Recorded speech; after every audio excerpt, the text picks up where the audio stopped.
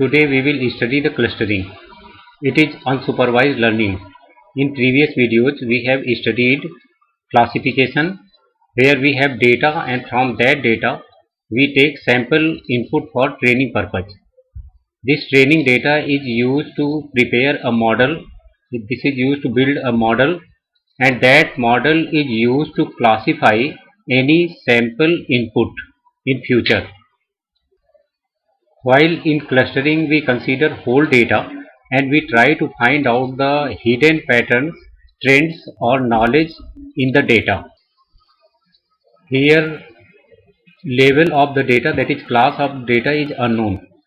We have only raw data.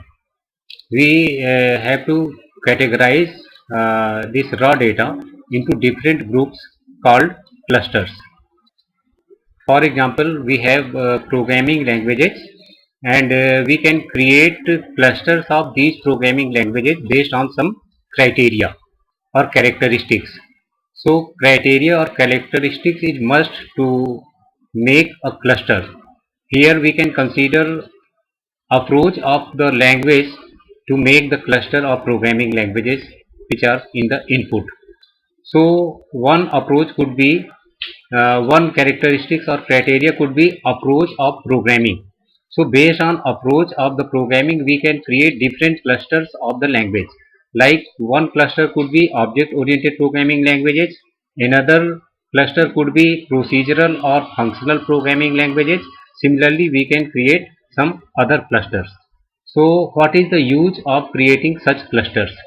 So if we have created clusters, so these clusters can be used some specific purposes. Like we want to select some programming language, then we don't need to explore the whole data. Rather we have to target only particular cluster. Here definition of clustering is given. This is the organization of unlabeled data, which is raw data, into similar groups which are called clusters. So to create clusters we must have, as we have seen, that we must have some criteria or condition or some measures based on which we can create the clusters. So condition is that objects in one cluster should be similar, and these objects should be dissimilar from the objects in another clusters. Here you can see in the example these red dots are objects of one kind and blue dots are objects of another kind. Red dots are similar to each other in its group, while blue dots are similar to each other in this blue area, while red and blue dots are dissimilar to each other. So we must have some criteria. Here we can take distance as a condition, based on we can create the cluster. So if distance between the objects is close or minimal, then these objects should be kept in one cluster, while the distance between red object and blue object should be more. That's why they will be in different clusters. So the same thing is also explained in this slide. Like cluster is subset of the data which are similar. So we have a large data set and we can create subset of data from that large data set which are similar to each other, objects in which are similar to each other. This is called unsupervised learning, because we don't have a prior class based on which we can categorize the data. So what we have to do, we have to identify the objects which are similar to each other, and we have to also identify the objects which are dissimilar to these objects, and those dissimilar objects will be kept in another cluster. Clustering can also uncover previously undetected relationship in the data set. So we have discussed that clustering is used to find the hidden patterns or knowledge in the dataset. There are several applications of clustering, like in business analysis. Cluster can be used to discover the and characterize the customer segment for marketing purpose. Also in biology, it can be used for classification of plants and animals based on given features. There are various applications of clustering, like in biology field, taxonomy of living things is an example of clustering. So we can say in general that taxonomy of anything is also comes under clustering, because in taxonomy we classify the objects. Another application area is information retrieval. Example of this is document clustering. You are aware that in several applications like Gmail, different category of documents are clustered in different groups. For example, main mails are clustered in one group, and promotional mails are clustered in another group. There are many applications of clustering, like in land use, marketing, city planning, earthquake, climate. So you can read these applications. So there are some more applications, like clustering can be used as pre-processing tool. While doing summarization, we need pre-processed data.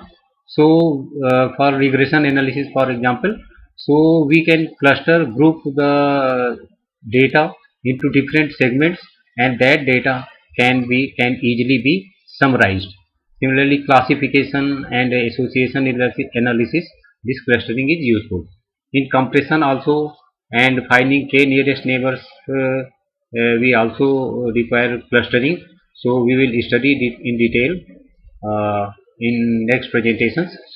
Outlier detection is also an area where clustering can be used.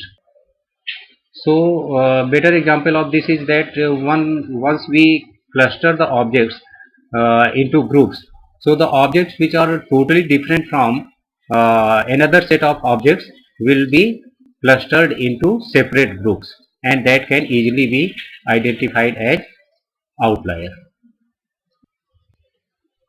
Types of clustering. There are two main groups of clustering algorithms.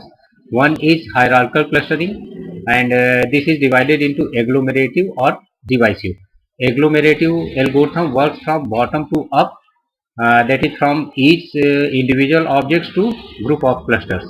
While divisive algorithm starts from top down, and here what we do, we consider the whole data and we divide into smaller segments. Another type of clustering algorithm is partitive, where we partition the group object into different groups. Example of partitive algorithm are k-means algorithm and self-organizing maps. Here taxonomy of clustering is given. You can see that clustering is first divided into hierarchical, partitioning or Bayesian based, or hierarchical is further divided into divisive or agglomerative. We will study these algorithms further. Partitioning algorithm is based on centroid, model based, graph theoretic based or spatial, while Bayesian is divided based on decision based or non-parametric. Here we can see what is hierarchical clustering. Hierarchical clustering algorithm try to find out the successive clusters using previously established clusters. That is, we have initially some clusters, and based on these clusters or centroid or matroid of these clusters, we try to add new objects into these groups. These algorithm can be either agglomerative, which works from bottom to up, or could be divisive, which works on top to down. Agglomerative algorithm. This begins with each element as a separate cluster and merge them into successive larger cluster, while divisive algorithm begins with whole data set and proceeds to divide it into successive smaller clusters. Partitioning algorithm determine all the clusters at once, but can also be used as divisive in hierarchical clustering. Bayesian algorithm try to generate a post-Rayleigh distribution over collection of all partition of data. Characteristics of good clustering algorithm. There are several characteristics. First, it tries to discover the hidden patterns. Another one is that within cluster similarity and between cluster dissimilarity. That is, Objects in one cluster should be similar, and objects in these objects should be dissimilar from objects in another cluster. Ability to deal with various types of attributes, that is clustering algorithm can be applied based on different attributes of the algorithm.